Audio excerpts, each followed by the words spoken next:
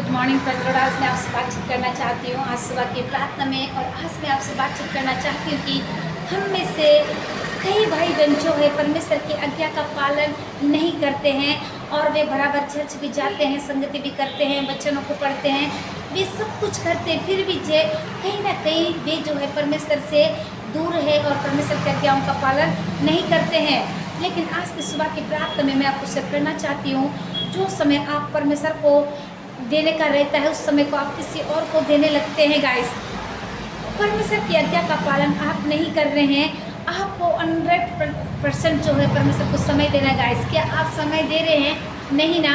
जो समय परमेश्वर को देने का रहता है, हो सकता है आप किसी टीवी सीरियल को देखते होंगे, आपका फेवरेट सीरियल, या कोई गेम खेलता होगा, या किसी कोई बात करने में अपने समय को व्यक्त करता है, या कई लोग कई प्रकार के कामों में लिप्त हो जाते हैं। सुबह से शाम तक परमेश्वर आपका इंतज़ार करते हैं, आप परमेश्वर की ओर मुड़ के नहीं देखते हैं। किसी काम में या आप फिर बिजी हो जाते हैं, या फालतू बातें करने में आप बिजी हो जाते हैं, टीवी सीरियल में यूँ ही टाइम बिता देते हैं। परमेश्वर आपका इंतज़ार करते रहते हैं कि कब मेरा बेटी बेटा मेरे पास आएंगे। लेकिन आज की सुबह की प्रार्थना में मैं आपको बता दूँ, जब आप वही समय पे यदि आप काम करने वाले हैं, चाहे जो भी हो, झाड़ू पोछा करने वाले हो या बहुत बड़े जॉब करने वाले हो, चाहे जो भी जॉब करते होंगे, परमेश्वर ने जो आपको दिया है जीने के लिए, उसी में अगर सबसे पहले उठकर आप परमेश्वर को समय देंगे तो परमेश्वर जो है आपके लिए उन कार्य को करेंगे। आइए अपने साथ में निकल लीजिए परमेश्वर का बहुत ही खूबसूरत वचन जो आज की सुबह की प्रार्थना में आपसे बातचीत करना चाहते हैं। नीति वचन 19 का 16 पद में, जहाँ पर कुछ इस प्रकार से लिखा हुआ है, जो आज्ञा का पालन करता है वह अपने प्राण की रक्षा करता है, परंतु जो अपने चाल चलन के प्रति लापरवाह है वह मरेगा। आमीन। गाइस, हम यहाँ पर देखते हैं कि यीशु मसीह आपसे कह रहे हैं कि परमेश्वर का वचन बहुत ही खूबसूरत तरीके से आपसे बातचीत कर रहे हैं कि जो प्रभु यीशु मसीह की आज्ञा का पालन करता है वह अपने जीवन की रक्षा करता है, परंतु जो परमेश्वर की आज्ञा का पालन नहीं करता वो मर जाएगा। परमेश्वर कह रहे हैं कि जो परमेश्वर की आज्ञाओं को मानने में लापरवाही करता है, वचनों को पढ़ने में, संगति जाने में लापरवाही करता है, तो वो सचमुच मरेगा। आप पढ़ सकते हैं नीति वचन 19 का 16 पद में परमेश्वर स्पष्ट वचनों से बातचीत कर रहे हैं। कोई इधर उधर का बातों को मैं नहीं बताऊंगी, क्योंकि जो सच है वही मैं आपको बताऊंगी। वह अपने जीवन की रक्षा करता है। मीन्स आपको लगातार प्रार्थना करना है, वचनों को पढ़ना है, और आपको जो है उनके नोट्स बनाना है और सुसमाचार का प्रचार लोगों को बताना है। अगर आप अपने चाल चलन के प्रति लापरवाह है, आप अपने चाल चलन को सही नहीं कर रहे हैं जवान बेटी बेटा, तो सचमुच आप मरोगे। परमेश्वर कहते हैं कि आप अपने चाल चलन की चौकसी से करो, का मतलब है कि आपको गलत जगह में नहीं जाना है, गलत चीज़ों को नहीं देखना है, गलत बातें को मुंह से नहीं बोलना है, गलत चीज़ों को आंखों से नहीं देखना है, गलत जगहों में इन पैरों से चलकर नहीं जाना है। आपको मैं बता दूँ, आपको अभी बहुत ही ईजी लग रहा है, बहुत ही सरल लग रहा है। जब आप मरेंगे तो नरक में, आपको मैं बता दूँ, मैं एक बहुत ही खूबसूरत गवाही को मैं आपको ज़रूर बताना चाहूँगी। जब आप नरक में जाएंगे तो लोग वहाँ कैसा रो रहे हैं। आज मर गया व्यक्ति, कल तुरंत ही रो रहा है, उसके अंदर से मुँह से कीड़ा घुस के निकल रहा है। इसीलिए परमेश्वर कहते हैं कि अपने चाल चलन के प्रति आप जो है दूसरों के साथ में अच्छा व्यवहार रखें।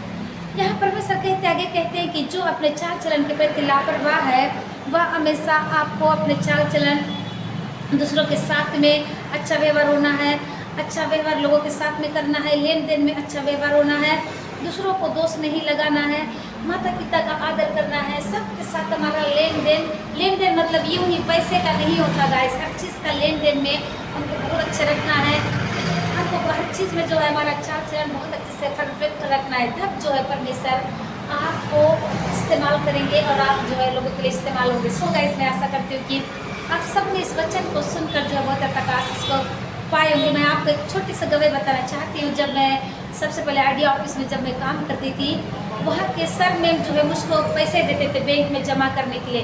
SBI bank, IDB bank, Punjab bank, national bank, हर एक बैंक में जो है मैं जाती थी। गाइस, एक दिन ऐसा हुआ कि सर जो है मुझको 1 लाख रुपये दिए थे, और उस पर एक्स्ट्रा जो है 20,000 भी उसमें डाल दिए थे, और उसमें लिखे थे कि जो फंड जो भरते हैं उसमें 1 लाख का ही दिए थे। लेकिन जब पैसे को सामने वाला गिना तो बोला कि मैडम आपको जो है पैसा ज़्यादा दिए हैं, 20,000 ज़्यादा दिए। हो सकता है सर ने भी गिनना भूल गए, लेकिन जब मैं वापस गई और सबको बताई कि सर ले लीजिए आपका 20,000। सर मुझे आज भी कहते हैं कि प्रिया जो है 1 रुपये का हिसाब किताब रखती है वो किसी का नहीं लेती है। हम क्यों किसी का ले, वो भी किसी के मेहनत के पैसे हैं। तो आप हर चीज़ में ईमानदार बनिए, चाहे 1 रुपया भी उसका हो तो आप 1 रुपया दे दीजिए।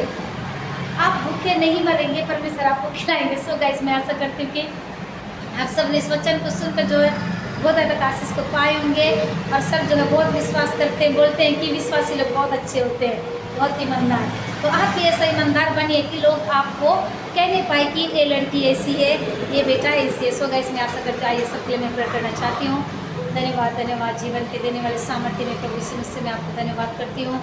बहुत ही खूबसूरत समय के लिए धन्यवाद। इस देश को चलाने वाले मालिक आपका धन्यवाद करती हूँ। आप हमारे बीच में इसलिए धन्यवाद करती हूँ। इस समय जितने लोग पवित्र आत्मा जो अधिकारी है, उन अधिकारियों के जीवन में कार्य करी पवित्र आत्मा। कई बच्चे इंटरव्यू तक जाकर वापस आते पिता, उनका जॉब लगने के लिए मैं प्रार्थना करती हूँ। पवित्र आत्मा हर एक देश को चलाने वाले प्रधानमंत्री, राष्ट्रपति, उपमंत्री, सबके संग और साथ हो। हर एक आकाश सेना, थल सेना, वायु सेनाओं के संग और साथ हो। इस देश को रक्षा करने वाले सैनिक को लिए प्रार्थना करती हूँ। हर एक पुलिस अधिकारियों के लिए प्रार्थना करती हूँ जो देश की सुरक्षा करते हैं, जिसकी वजह से हम सुरक्षित रहते पिता। ओ प्रभु, उनके परिवारों के लिए हम प्रार्थना करते हैं। जब परिवार से दूर जाकर वे रहते पिता, नक्सलवादी कई प्रकार की चीज़ों में मुठभेड़ होकर वे मर जाते हैं प्रभु, उनके परिवारों को आप संभालिए पिता। ओ धन्यवाद करते मेरे परमेश्वर पिता। इस वक्त किसी ने अपने आप को रूम में बंद करके रखा है पिता, किसी बात से वो निकल नहीं पा रहा हो तो मैं प्रार्थना करती हूँ उसके नाम से वो बाहर आ जाए इस समय पिता परमेश्वर। कोई व्यभिचार की आत्मा से परेशान हो रहा है, कोई डिप्रेशन से, कोई कई प्रकार की प्रॉब्लम से परेशान हो रहे प्रभु, उन सारी चीज़ों से आप बाहर निकालिए प्रभु। यदि कोई प्रेयर लाइफ को बनाना चाहता है तो आप प्रेयर लाइफ को बनाने में सहायता करिए। यदि किसी ने प्रेयर लाइफ से अपने आप को बहुत दूरी बना लिया है, जिस किसी भी बात से, उन्हें वापस लाइए पिता, फिर से खड़ा करिए। धन्यवाद करती पिता, इस समय किसी का जन्मदिन होगा, मेरी एनिवर्सरी पिता, मैं प्रार्थना करती हूँ कि आपने उनकी आयु को बढ़ाया और नई जिंदगी में कदम रखने के लिए सहायता मदद किया। धन्यवाद करती पिता, इस वक्त मैं और मेरा घराना मिलकर आपकी सेवा करने वाले हो सके। इस वक्त आपके दास दासी लोग जहाँ कहीं सेवा के लिए जाके पिता, उनके आने जाने के लिए सहायता मदद करे। यीशु के नाम से सुनती को मांगते, वैसे सुनने कबूल करें, आमीन।